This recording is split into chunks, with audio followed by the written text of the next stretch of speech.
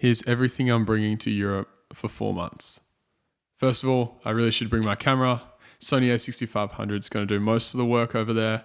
Need a tripod and a mic for that. We're also going to bring the GoPro so we can accompany that camera. We've got batteries, hard drives, laptop, Kindle for a bit of reading. Not many bits of clothing. Some accessories like hats, sunnies, toiletries, journal. Need a wallet and a passport apparently, and 3 pairs of shoes. Into these 3 bags. And that's going to get me around for 4 months.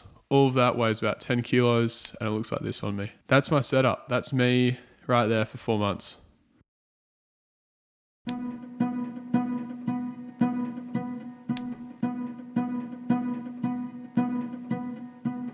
population. Okay? Now, in Australia itself, look at the yellow component of this pie. 60% of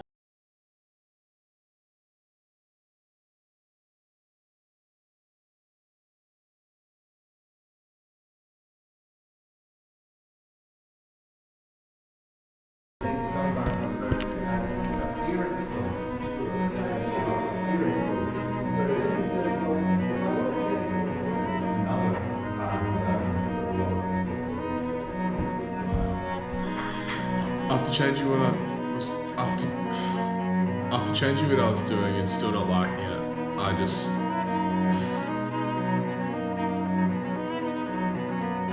after changing what I was doing, it's not for everyone, but what everyone else is doing. So although we haven't set ourselves in like Europe yet, or we're not in the middle of nowhere just yet, I'm gonna keep doing these videos and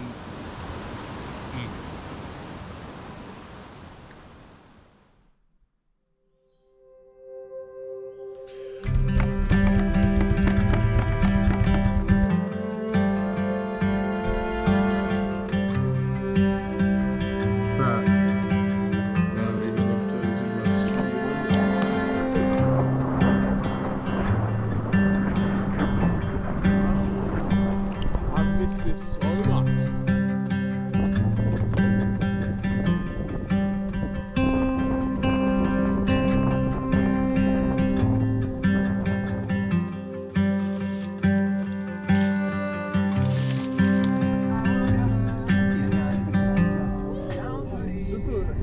Recently it's become super lonely. Shit, should I have even done this?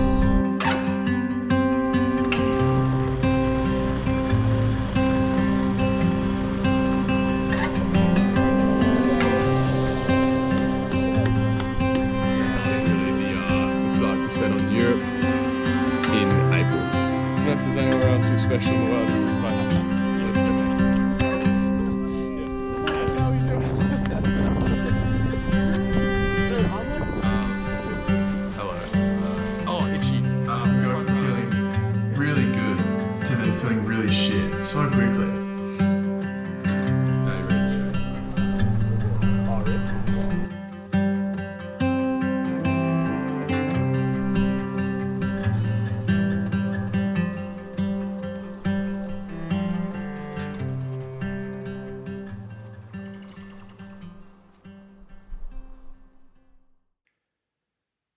I've been waiting for this point, I guess, in my life and in this journey since the 2nd episode, which would have been middle of August. And it's here.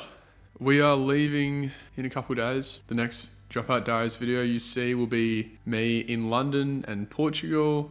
It's just crazy to think that we're already there. We're already at this point. Because I spent so much time thinking it was so far away. And now it's here. That bag is pretty light on. I'm not bringing very much stuff over. Most of the weight is in my camera gear. So that aspect of traveling so light for so long will be a huge challenge that I'm really looking forward to. But yeah, I guess I'm just want to go really. I've had all this recent lead up and all this planning of the last few days and saying goodbyes to people for now. I just want to go now. It's time, and I think I'm ready. my initial goals before I got to Europe was to have 1,000 subscribers here on YouTube and to get to 10,000 on TikTok. And we've hit both of those targets. And now the Instagram's really starting to shoot off. This rejection series has done so much better than I thought it would. It's really exciting. I feel like now I've got a chance with this audience to show more people what I've been saying all along and really help more people in a really short-term way. A part of me kind of wants to stay here. I guess things are going well. I'm enjoying Perth, probably the most I've ever enjoyed it. So to have to, I guess, stop the momentum that I've been gaining here isn't perfect. But then of course on the flip side, we're off, we're going, and we've got so much to look forward to over there.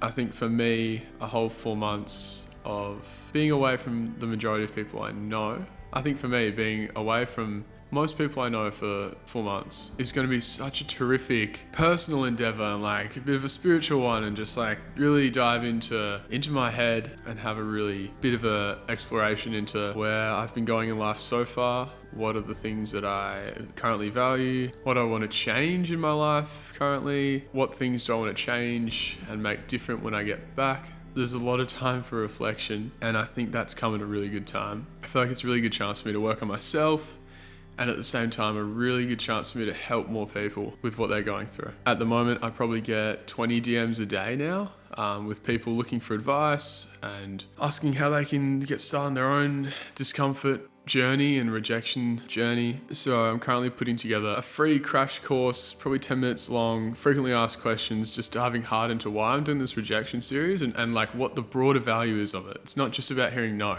And rejection therapy almost misleads it, the title. Although it is about asking things that can be awkward and getting that no response, there's so many other benefits of doing it. And I really want to dive into that because I feel like other people who've done rejection therapy haven't dived into, haven't acknowledged, or maybe just like hadn't really noticed the other effects. And the main ones for me that I've been diving into are kindness, persuasion, and just like the beauty of having a weird, uncanny conversation with a stranger. And I think it's something that's completely been missed as we become more and more antisocial. So if you're interested in that, head to my Instagram, because probably in the next few days I'm going to release this like crash course, or at least I'm going to film it really soon. Although I'm still going to be me when I get back, I just think that a lot's going to change in this 4 months. Currently a lot's been changing every single day with the current series I'm doing. I guess that combined with me now about to go away and go on a whole different journey. I guess you could say maybe this is the last you'll see of this version of me in a few ways, and I couldn't tell you what those ways are going to be just yet, but I think they're all going to be for the better. The version of me looking back at probably even this video when he's back from Europe, in my head will probably say like, wow, I've changed a lot since then. And I'm ready for that, and I think it's time for me to step into that because it feels like I'm starting to turn a corner with all this. I've been making these videos, what's this, episode 36. I would say it's probably as of episode 35 and 36, I've started to turn a corner with the audience I'm getting. And you could say it's been like my first breakthrough. And that's really cool. That's really exciting. And it's cool to have so many people who've been here from the start, like watching. And I feel like this whole Dropout Diaries series has quite consistently been just a catch up and a follow up and showing where I'm at and how each week has looked for me. And that's what I want this to be all along. I want you to see what this journey looks like, because we started as someone who just canned their business degree because they hated it and didn't know what was next and just wanted to film it. And it's led us down this path of getting back into filmmaking and loving it again and trying to sell clothes and failing at that, building up a bit of a base of clients, trying to grow on social media, meeting new people,